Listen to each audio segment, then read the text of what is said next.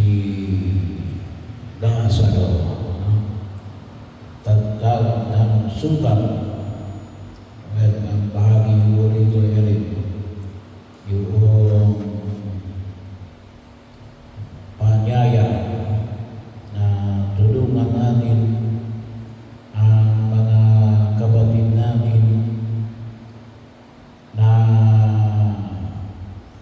nasa kalunos-lunos na katatayuan. Well, kahit kayo na yung magpapasalamat sapagkat ang ating gobyerno ay may mga programa na tumutukoy para iangat ang katatayuan ng mga mamamayan. Mayroon tayong tinatawag na mga programa, may yung tinatawag na Fortis, tawagin. Ay isa lang yun. Kailang kuminsan din ako ay nagtataka ako kasi kahit na may programa yung gobyerno ay mayroon pa rin mga nakikita natin na namamalimos bahagi yun. Kaya kuminsan may katanungan kung nagiging epektibo ba yung programa ng gobyerno. Pero yun ay sa larangan ng gobyerno. Sabi nga ho natin, isa sa mga pag-iinay natin na huwag natin kalimutan na ang pagtulong natin ay dapat ay mayroong pagganap sa kanilang katatayuan. Hindi makasasama. Kasi may mga pagtulong na nakasama. Nakasama doon sa tinulungan, nakasama rin doon sa tumulong. Dapat ay makita natin mayroong laboring aspect para doon sa tumulong at para doon sa tinulungan. Hindi ka dapat inilulubog sa iyong kadalos-lunos ng katatayuan. Kasi kung mapapansin natin, yun din yung hiningi ng mayaman. Maimsan, yun ang term na ginamit. Mabawasan ang paghihirap na dinaranas noong mayaman sa kanyang pagdurusa sa kanyang kinalalagyan. Pagkakataon din na kung saan nawa makita rito natin na sabi nga ho ay yung paanyaya na pinahayaw ni Jesus dito sa talinaga na ito na sa pag-aakala kapag ang isang patay ay muling mabuhay ay mas maniniwala ang tao. Maliwanag na sinabi na Jesus natin na nandiyan ang mga utos ni Moises at ang ipinahayag ng mga propeta. So, ibig sabihin nandiyan yung banal na kasulatan. Nandiyan yung paggabay ng simbahan. Nandiyan din yung patuloy na pagpapahayag upang gabayan ang tao kung tunay na hinahanap ang katotohanan. Sapagkat sabi nga natin ay yung patay na muling nabuhay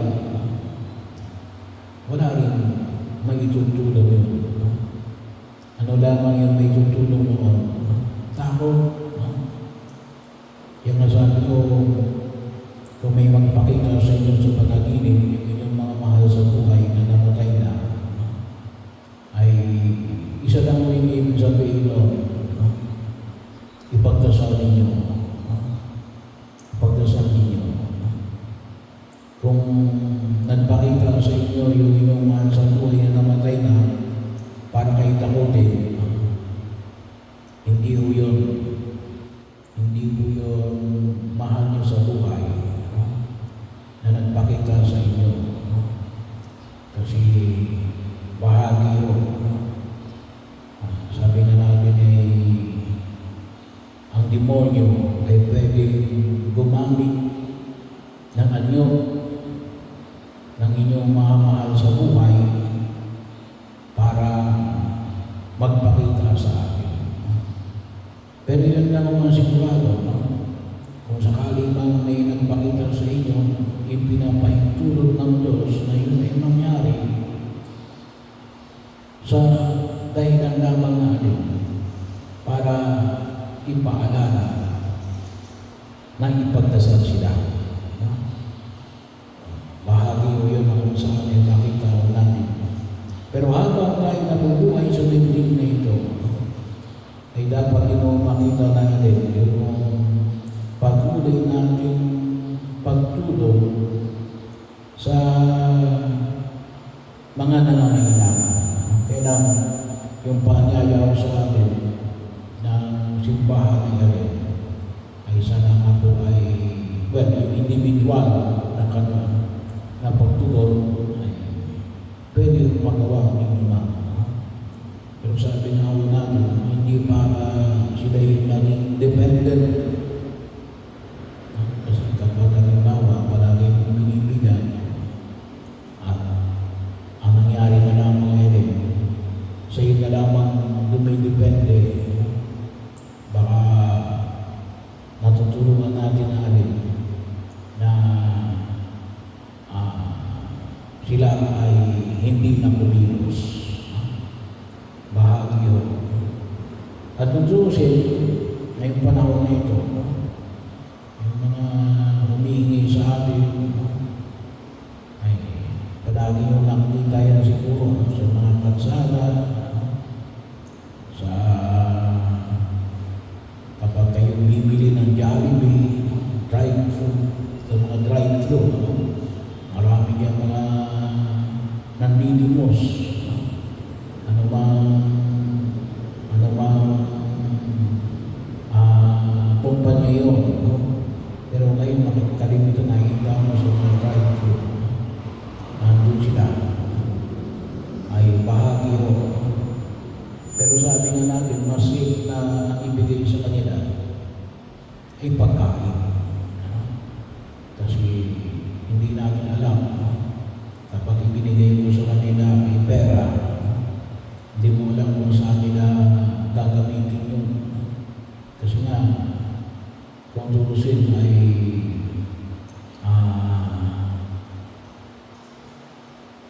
pinuprovide sila ng gobyerno. At kung pagbabasigan natin ay mayroong batas laban sa vagrancy. Bahagi yun. Kaya kung tutusin, kung talagang tutulong tayo, ay kinakailangan din mo magiging organisado. Magiging organisado. Kaya bilang isang parokya, natagawa lang natin ito kapag panahon ng Pasko, ay doon tayo lamang nakatutulong. Siguro, may mga iba pa mga pamamaraan na pwede natin gawin. Pero sabi nga natin ay kinakailangan din ng masusing pag-aaral. Kasi baka mamaya yung pagtulong natin ay nakasama. Hindi nakapunta para umangat ang katatayuan. Ngunit nalulong sa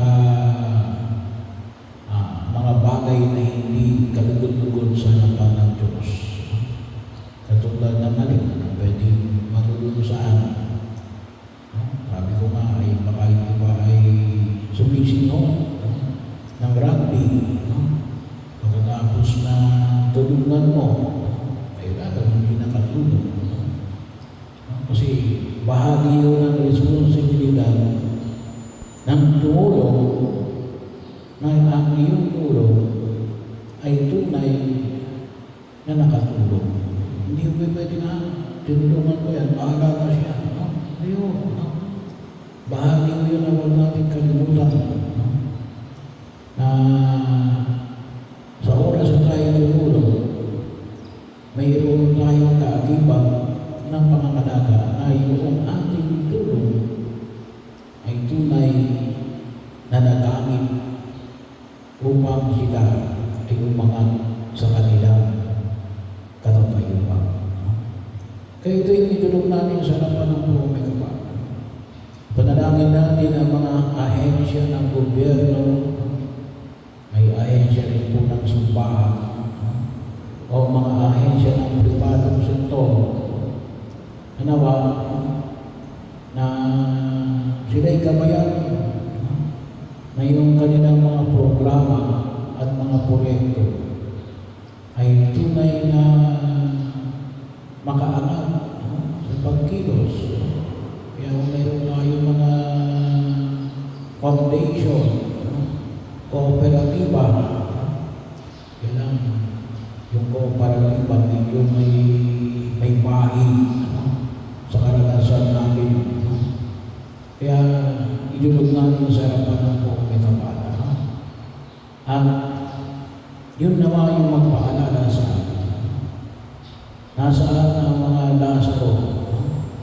Yung ating nalaman, yung dyan sa ating plaza, ay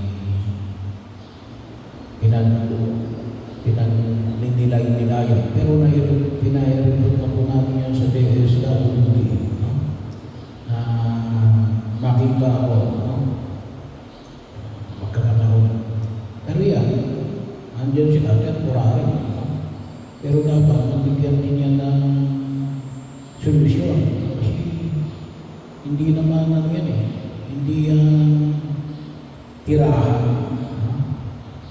Yan ay patio ng simbahan. So, pero yun, idalangin natin sa buong may kapal ang mga panalangin na ito at nawa ay tunay na makakilos tayo para maibsan ang hirap ng mga Lazaro sa paligid natin.